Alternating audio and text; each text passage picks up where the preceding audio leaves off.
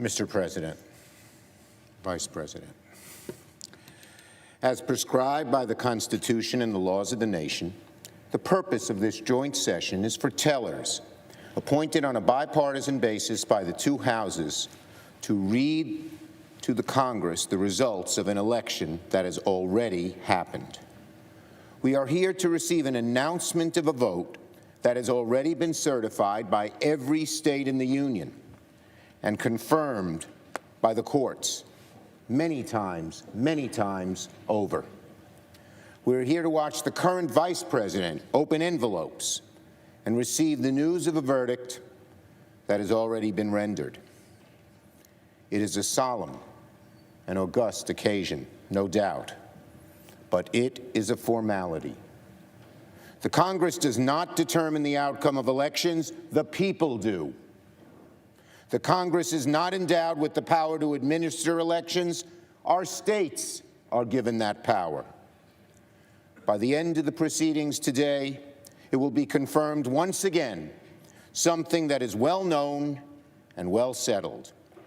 The American people elected Joe Biden and Kamala Harris to be the next President and Vice President of the United States. And yet, a number of our colleagues have organized an effort to undermine and object to that free and fair election. They're in the minority. They will lose. They know that. They have no evidence of widespread voter fraud upon which to base their objections.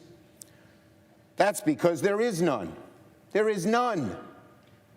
Not brought before any of the courts successfully.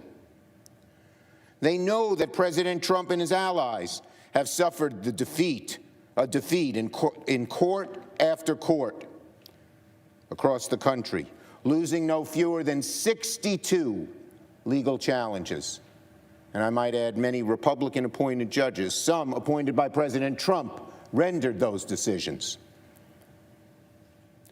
They know, you all know, that Joe Biden and Kamala Harris are going to be sworn in as President and Vice President of the United States on January 20th. But they are going to object to the counting of the vote anyway. And in the process, they will embarrass themselves, they will embarrass their party, and worst of all, they will embarrass their country. This insurrection was fortunately discouraged by the leadership of the majority party, but it was not quelled. It is a very sad comment on our times that merely the accepting the results of an election is considered an act of political courage. Sadder and more dangerous still is the fact that an element of the Republican Party believes their political viability hinges on the endorsement of an attempted coup. That anyone, much less an elected official, would be willing to tarnish our democracy in order to burnish their personal political fortunes.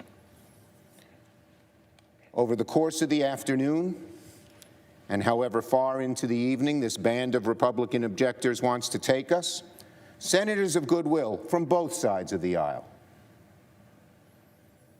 will explain why these challenges must be dismissed. The senators from states whose electoral votes are being challenged will explain how the allegations of fraud are baseless. And a substantial bipartisan majority must vote to put down these objections and defend the sanctity of our elections and indeed, our great and grand democracy. Because that's what we're talking about today. The health of our democracy. This wonderful, beautiful, grand democracy where the peaceful passing of the torch is extolled by school children in the second grade, but not by some here.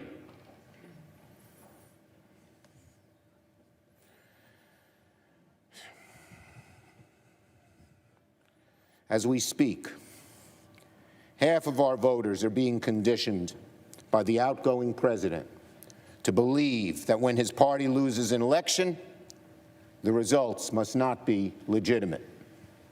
As we speak, the eyes of the world are on this chamber, questioning whether America is still the shining example of democracy, the shining city on the hill. What message we send today? What message will we send today to our people, to the world that has so looked up to us for centuries? What message will we send to fledgling democracies who study our Constitution, mirror our laws and traditions, in the hopes that they too can build a country ruled by the consent of the governed? What message will we send to those countries where democratic values are under assault and look to us to see if those values are still worth fighting for?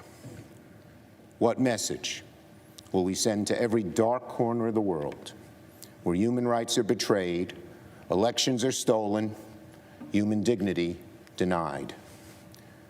What will we show those people? Will we show those people that there is a better way to ensure liberty and opportunity of humankind?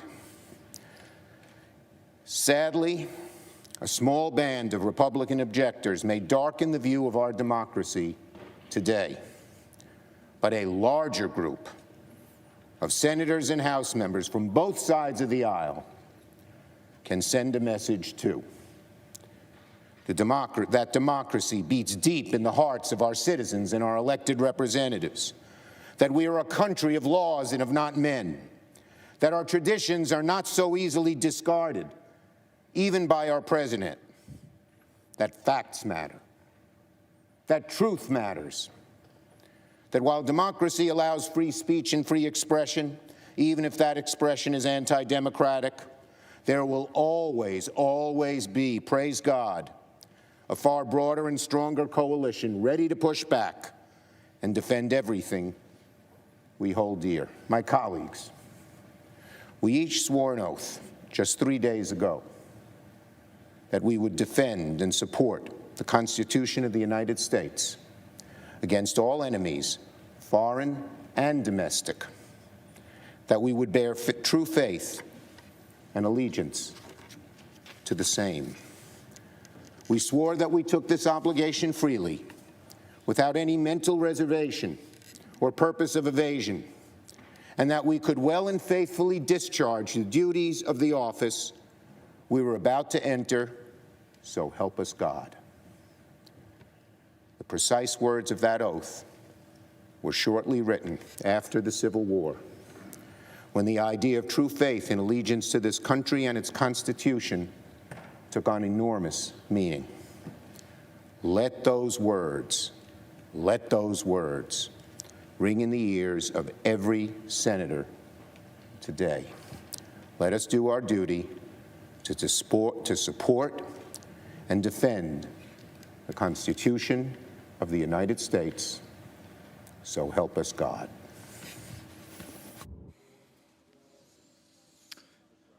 Majority Leader. I yield up to 5 minutes to the senator from Texas.